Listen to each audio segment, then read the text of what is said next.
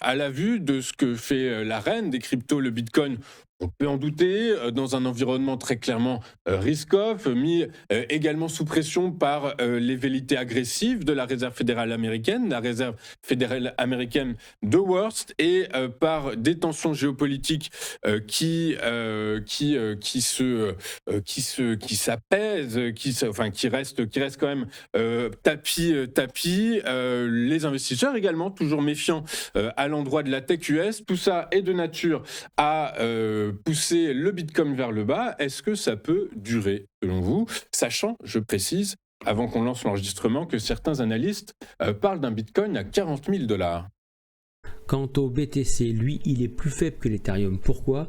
Tout simplement parce que la montée d'avril 2025, il a retracé 100%. Sauf que, qu'est-ce que je vois, moi, sur ce niveau-là, c'est le niveau qu'on attendait pour payer, c'est les 61,8 de toute la montée qui a eu lieu depuis le 5 août 2024. Il est arrivé sur la zone des 61,8. C'est une belle zone, justement, sur laquelle, au mois d'avril, les prix ont explosé à la hausse au niveau du BTC. Alors, je ne l'ai pas décidé de la même manière, mais nous avons effectivement une descente en 5 temps. Donc, j'ai pas mis tous les chiffres pour que ce soit pas trop, on va dire, lourd à l'écran. Tout ce que je sais à l'heure actuelle, c'est que j'attendais en fait un temps numéro 5 pour casser cette zone-là. Ça a été chose faite. Une oblique haussière ici avec 2 points, 3 points de contact validés, ça a été cassé. Nous sommes arrivés dans la zone de 2025. Ça y est, c'est chose faite avec une prise de liquidité encore dessous. Donc là, ça se paye aujourd'hui pour aller rechercher bien évidemment de nouveau ici le haut aux alentours des 85 620 dans un premier temps, et ensuite ce qu'on peut remarquer, c'est qu'on avait un bon niveau de prix ici, les 100 718 qui est un niveau de support sur lequel les prix ont bien réagi à plusieurs reprises ici qui ont été cassés ici le 13 novembre, et on peut s'apercevoir très clairement que ce niveau là, c'est ce qu'on appelle une IPA, une Efficiency Price Action, qui n'a pas été donc pullbacké, mitigé. Donc ce sont des ordres qui sont restés ouverts qu'il faudra venir récupérer dans un deuxième temps. Voilà.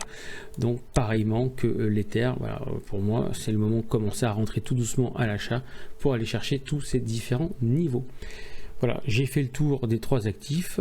Je vous retrouve donc la semaine prochaine, certainement sur ce même format-là. Et je vous souhaite une bonne fin de journée à toutes et tous. Ok, vous l'avez donc compris, hein, c'est un enregistrement, Ludovic, qui nous a envoyé ses analyses quelques temps avant le début de l'émission. Donc je rappelle, Ludovic nous dit qu'il y a potentiellement un train qui est en train de se mettre en route sur l'Ethereum et le Bitcoin. Peut-être qu'il est temps de monter ou remonter dans ce train. Et concernant l'or, eh ben, écoutez, c'est plus qu'un train, c'est une fusée qui redécolle. Est-ce qu'il est déjà trop tard? En tout cas, à vous de vous faire votre opinion. En tout cas, chose est-il que Ludovic Berthelin nous a donc présenté 3 actifs qu'il estime être, au vu de ses analyses et de son expérience, eh bien qu'il estime être de nature à figurer en bonne place dans vos portefeuilles d'investissement. Voilà donc pour la rubrique Les Échos de Wall Street de Ludovic Berthelin. On va marquer une courte page de publicité. Juste après, retour au direct avec les Market Movers de James D. Twatty. À tout de suite sur Téléfinance.